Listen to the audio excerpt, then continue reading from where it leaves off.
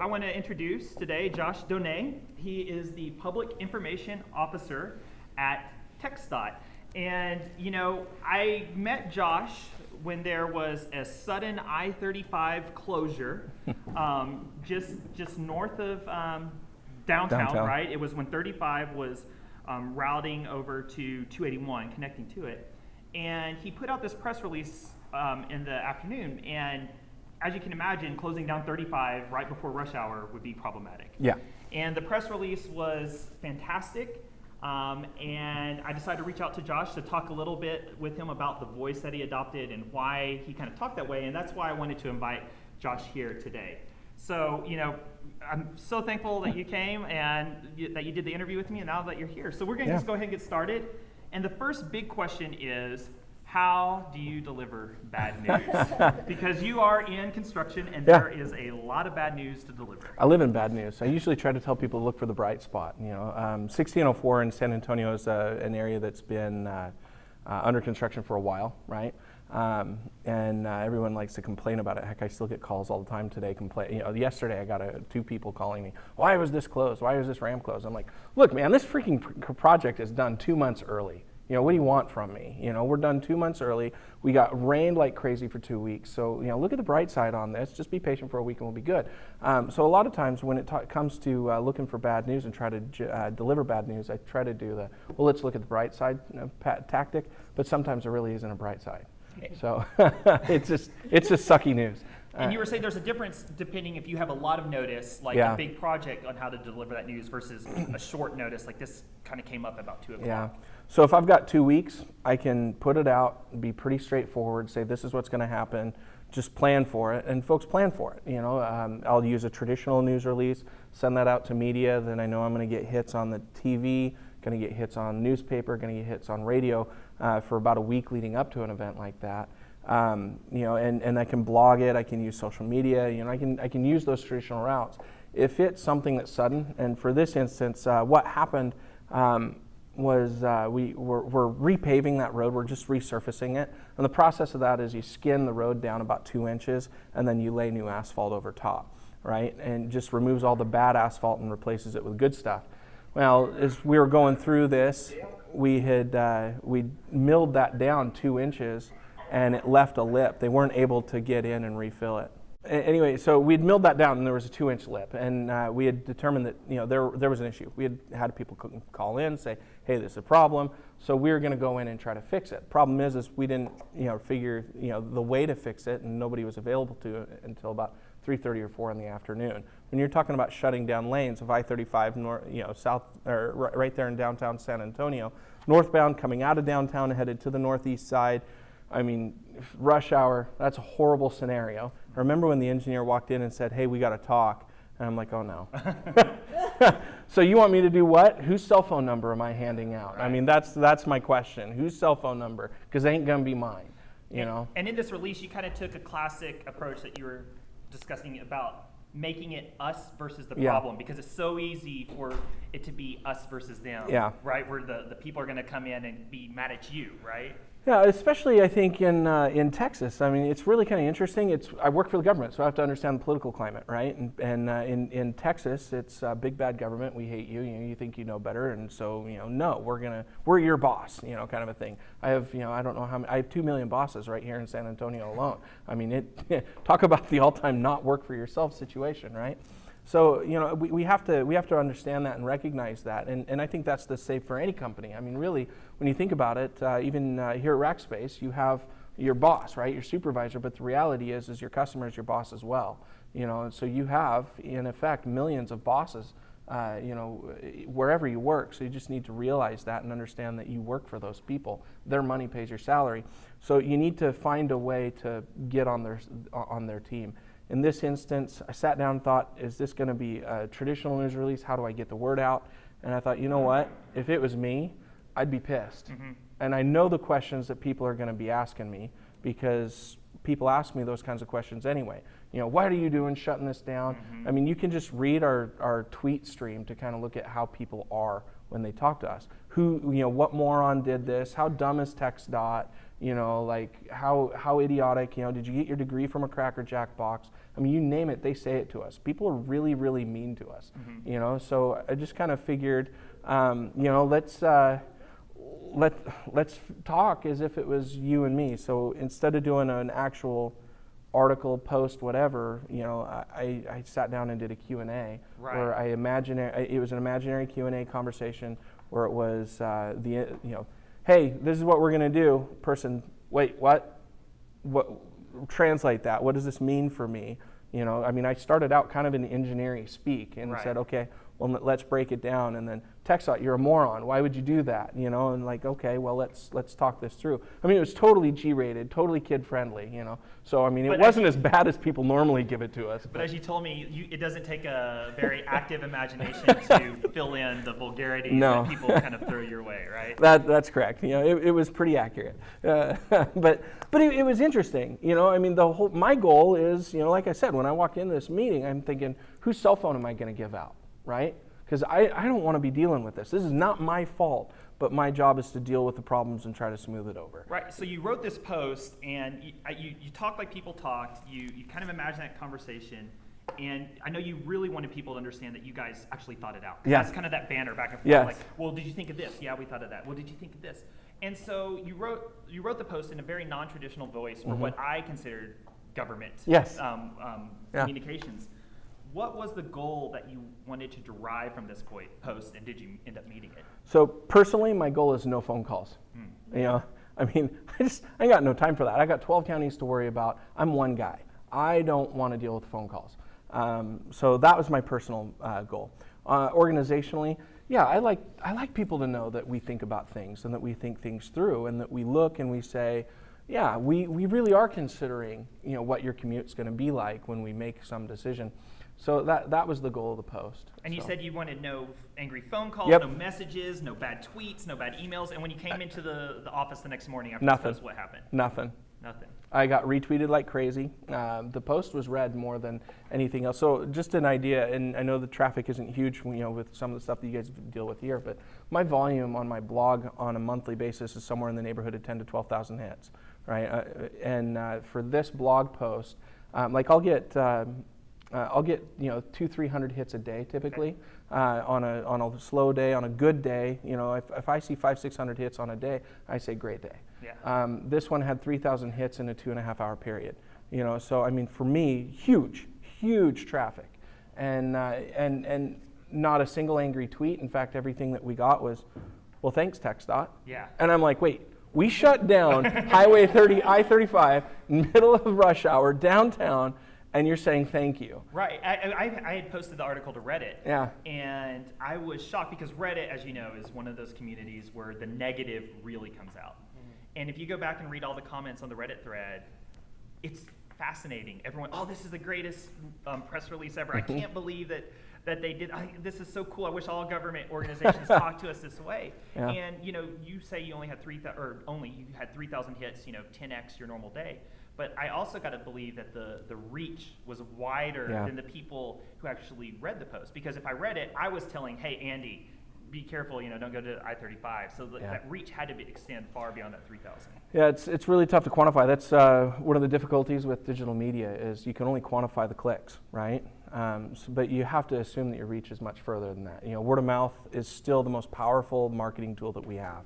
And so you go through there. I'm confident that some of the people who went out of their way to not call me, and I know that there are people out there that went out of their way to not call me and yell at me, did so because one of their friends saw what was out there and then said, hey, TxDOT told us, kind of a thing. So if you didn't know, it's kind of on you at this point. And that's great. I appreciate that. So I have no idea what the reach is. There's no way to quantify it. Right. I'd love to think that I reached 30,000. But you don't know. You don't know. But again, the big thing for me, if I was to quantify the success of it, I got 0 phone calls. My counterparts got 0 phone calls. Our front desk got 0 phone calls. Nobody got a phone call. Right. which is absolutely unbelievable. I mean, we close one lane on a side street, or the city closes one lane on a side street somewhere. We're getting angry phone calls saying, ain't our road, kind of a thing. Okay. And if you dialed in, please go ahead and mute your line. Just want to make sure that we're not picking up keystrokes. Thank you, guys. So we're going to go ahead and switch the topic a little bit. You are in the government. And I imagine that it's a little challenging to speak in kind of this voice, this very different voice. Sometimes. Does your boss know that you even did this? Yes, absolutely. So they not only did they know, they read it, and I said, hey, this is happening. Just look. And so it's interesting. My job's interesting. My boss is in Austin, and I have a client, so to speak, here in San Antonio with our head honchos in San Antonio. Kind of serve as they're my clients. They saw it. They said, great, it got the word out. No phone calls. I'm good with it. I trust you. My boss, as the communication pros in Austin, saw it, and they said, fantastic. This is fantastic use of digital media. So 5 years ago, I don't know that would have been the case. I think 5 years ago, even 3 years ago, I think there would have been a lot of raised eyebrows saying, why are we saying something like this? Why are we doing it this way? We're a government agency.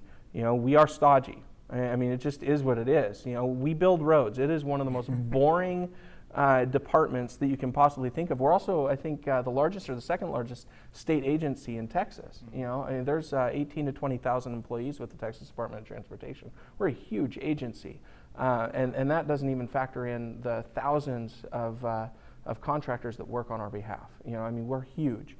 Very, very stodgy, everything very boring. If you ever talk to a civil engineer, you understand exactly how boring we really are. That's why I have a job, is to translate engineer to English. So anyone watching this who writes for a high-tech company and you think that your copy is boring, go try writing That's right. copy, right? That's right. It's ridiculous. You have terms that they just use.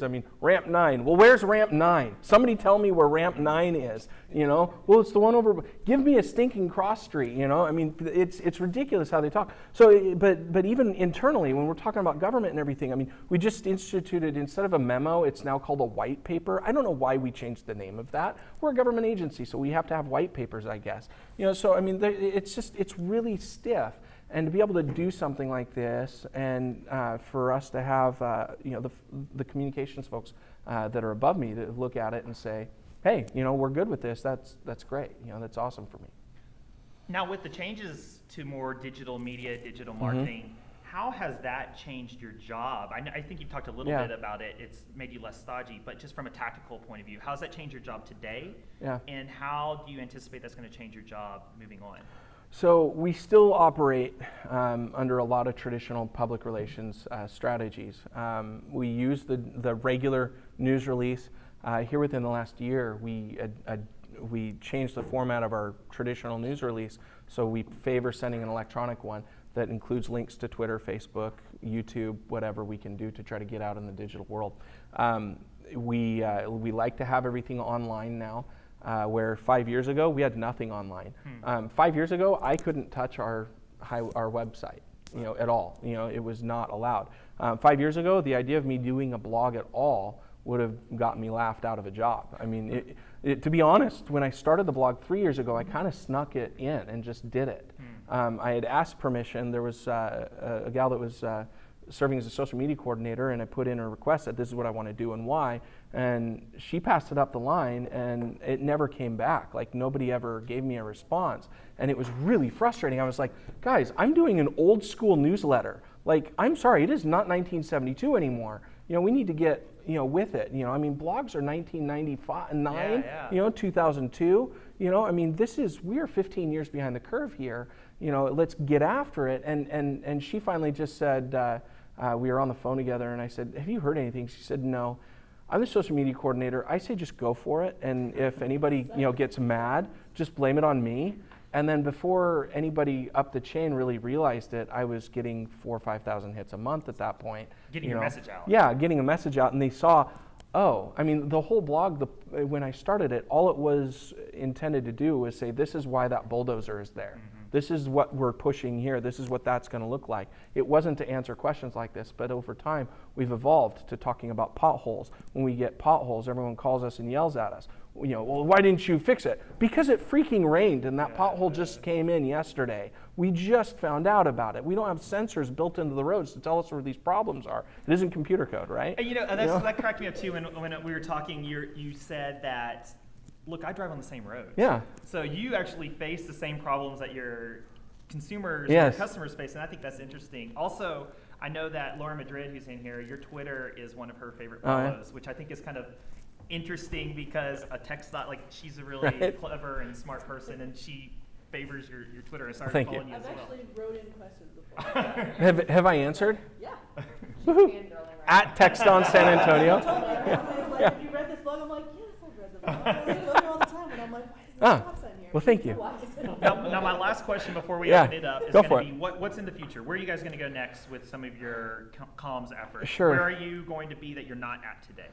The biggest thing that we're looking into right now is how to feature digital and audio media. That's where the world's going. I mean, honestly, Generation X is huge still. I mean, we can't ignore them. Baby boomers are nice, but I mean, frankly, we're not printing. I mean, we still are legally obligated to print ads in the newspaper, but that's kind of dodo, big time. We're trying to move towards the millennials, and I'm old enough and young enough to be in that little micro thing, so I'm kind of a millennial and kind of an Xer, kind of in between, and it's nice so that I can see both sides. I still remember before Nintendo, right? Generation X and especially the millennials, they're online big time, and they don't have time to read anything. You want to watch a video with your iPod or whatever, or iPhone plugged into your head, and while you're on a train or you're doing something that way. So we're looking at ways to do that. We're using Periscope right now. We're still exploring how to use Periscope well. We've had good success on our end doing something like a virtual tour of projects, saying this is what's going on, grabbing one of our engineers and our project managers and going through and saying, here's what's going on. And done that. You probably saw our tweet about it, a couple of months ago on 1604. We're getting ready to do one, by the way, here on I-35 near Rackspace. I was going to do it like 2.5 weeks ago, and it rained like crazy, and we were just waiting to make sure nobody was building an ark. So, now that that's done and we got drier weather, we're getting ready to schedule that again. But, we look at different things to do. So it isn't just a stodgy thing. We're looking at trying to be raw and real. And we get together about once a year as professional communicators within the industry, within the agency, and start sharing what are you doing that's working, what are you doing that's working, what isn't working, and we start trying to get rid of. I mean, it's really weird. We get 45 of us around a table, and we start developing not so much policy, but best practices that ends up going up to the chain, all the way up, obviously to the governor's office to say, this is how we're going to do this. If you don't like it, you better have a really good reason why, because this is what works and this is what reaches out. So we're looking at some of that stuff. Audio visual is really kind of a big thing, trying to get away from print as much as we can, 5-10 years from now. Got you. So I'm going to go ahead and open up the floor to questions. If you guys ask a question from video, just be sure to mute after you ask it. So does anyone have any questions? Great question. So, really it's trial and error quite a bit. I wish that there was an easier way, but sometimes it just ends up being trial and error. Biggest thing you have to do to be able to change your voice to your audience is understand who your audience is.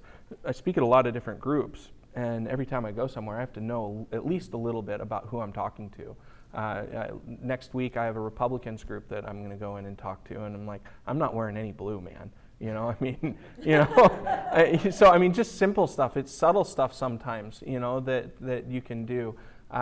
When I'm speaking to news media, I know what they want. They just, it's Joe Friday, just the facts, ma'am. I'll deal with it. Just give me the facts, bullet point list. Great, fantastic. If it's somebody that I know is going to make a phone call and yell at me, then I'm just going to do the yelling for them, So, there's a give and take. It's just understanding who's my audience, how are they going to talk to me. I can't be completely rude, but I'm going to talk to them about the same level they're going to talk to me as much as I can without stepping across that line of becoming unprofessional. Because once I do that, then I ruin everything I've done. And it takes a lot of some practice. You can kind of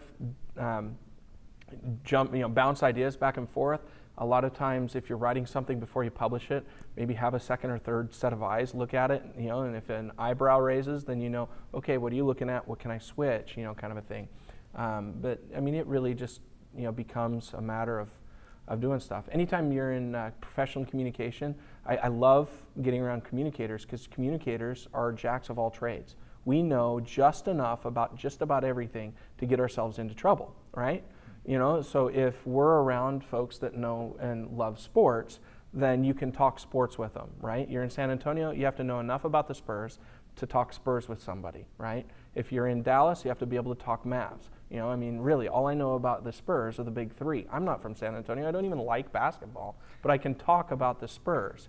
If I go to Dallas, I can talk about the Cowboys. I hate the Cowboys, but I can talk about the Cowboys. I'm from Seattle, so I love, my teams, but, if I'm with a Rangers fan, then I'll just talk about how much I hate the Rangers and how much, I'm like, hey, great, Rangers are, going to lose this year eventually, at some point. Right now they're not, but, at some point. So, I mean, it just becomes knowing your audience and having the familiarity with them to be able to talk on their level. That's how I see it. Does that answer your question? No, you're right. So 2 parts on that. The transition for government trying to be more real and be more human is it's something that you're seeing across the country. I was telling you, Garrett, last year, Bay Area Regional Transportation Group, BART, right, over in San Francisco, their guy that runs their Twitter feed, it looked like the guy sat down, was about 3 or 4 beers in, and just decided to start tweeting people, but he didn't cross the line. It was really interesting because, you see the people that, you hear about it all the time. Some new intern thinks he's going to be snarky and tweets something from a corporate Twitter account and then is fired within an hour, right? But he didn't ever cross that line. He was real. People are complaining about BART, and he said, hey, yeah, we get it. It's really hard to move 1.5 million people every day on infrastructure that's 30 years out of date. We get that. Come up with a solution instead of just complain with us. And the Twitter stream is just hilarious to read. Like, as a government employee, I'm sitting there going, I love this guy, And, so it's becoming a thing where government agencies are starting to realize that we need to be less bureaucratic and more people. We need people to realize that we're people, right? So that's becoming a thing, and the communications trend is that way. Now, the other question is a much more interesting question about how are we soliciting feedback, and that's something that is really, really, really frustrating for us as communicators. We're still required by law, for example, to publish all of our open houses in newspapers. It's a legal requirement. So if you want to know when our open houses are, we always will submit a legal notice in the legal notices section, which I'm sure that most people don't even know exists in a newspaper, and that's a legal requirement. We have to do that. We're doing the traditional news releases, we're doing social media, and trying to get people to interact with us face to face. Fortunately, nobody shows up. I mean, we do like these open houses for I-35. I mean, there's 175,000 vehicles every day just outside of rack space here on I-35, right? I mean, you'd figure somebody would get a clue and decide that, hey, if we have an open house about I-35, let's go, right? The last open house that we had for this section of I-35 yielded 40 people. 40 people out of the 175,000 that drive this every day, and out of those 40, half of them don't even drive this corridor regularly. I mean, we outnumbered the people who came to the open house, and that's frustrating because people just, I think it really boils down to, in the digital age, people don't have time to go to an open house. So we're looking at ways to migrate that to being online. We're doing virtual stuff like this, where we have an open house type of a format where people can video in and submit questions, type in questions. It's not the best, but it's something that we're looking at to try to migrate that online. The real challenge is the legal requirements. NEPA, is the famous thing. Anybody that's worked around government and done open houses and everything, that's the requirement there. I have no idea what it stands for. I just know that every time I make a suggestion, somebody says, well, NEPA doesn't let us do that, or that doesn't fulfill a NEPA requirement. I don't know who NEPA is, but I'm going to punch them in the face sometimes. But, it's frustrating, So there are a lot of archaic, stodgy communications laws that we have to follow that right now are serving as our primary barriers to getting this done. So how do we get there? it ends up, we have to find a way to change legislation. Unfortunately, we're a government agency and we are not allowed to, by law, like I can be fined if I advocate any kind of legislation. So we're kind of stuck in the middle. We have to wait for some very smart legislator to realize the way that these guys are communicating doesn't work. We need to look at something else and change the law. So I want to go ahead and pause. We're going to go ahead and end the session now. I want to be mindful of everyone's time because we only allocate 30 minutes for this. So you're welcome to stay on the video. We'll leave the video on and let Josh chat a little while longer. But if everyone could give him a round of applause, thank you so much for coming in. Thanks for having me. Yeah, I really appreciate it. And just to let you guys know, I have a lightning round. Okay, wait, we got to do this really quick. 1 minute. Favorite blogs to read? Oh my gosh, my Mariners blog. Okay. One thing people don't know about TxDOT. People, or we actually exist? No, we have a ferry system in the Texas Department of Transportation, like ferries, on boats and everything. And you don't know that really unless you're around Corpus Christi. Okay. Favorite drive in town. In town? In town. Right now, I'm really loving 151 and 1604 because that's my commute, and it actually is kind of nice right now. I was actually just realizing on 151, everybody drives 80 on 151. If you have friends with the San Antonio Police Department, do not tell them that. But Wurzbach Parkway is a nice drive in town as well. Favorite I like drive in Parkway. the state now. Ooh, I love going out to Bandera. Mm-hmm. Bandera is a beautiful place. And then last thing, how can people get in touch or follow TxDOT? Twitter, number one, at TxDOT San Antonio. If I don't respond within an hour, it's because I don't have alerts always going to my phone. But we do try to respond really quickly. There's two of us that manage that, and we try to make sure we get your questions answered pretty quick. At TxDOT San Antonio. You can email me, josh.donat@txdot.gov. You can always hit me up on the blog. There's a little email me feature on my blog on the left side. I do a mailbag post about every 2 weeks. Cool. So. And then last thing, guys, next Thursday at 9:30, I'm actually the guest, and we'll be talking about how we've evolved our social media mix, both paid and organic. So hope you can join us, and thanks for being here. Really appreciate it, man. Thanks. Appreciate it. All right, we're going to keep them online, and if you guys have any more questions, feel free to ask. All right.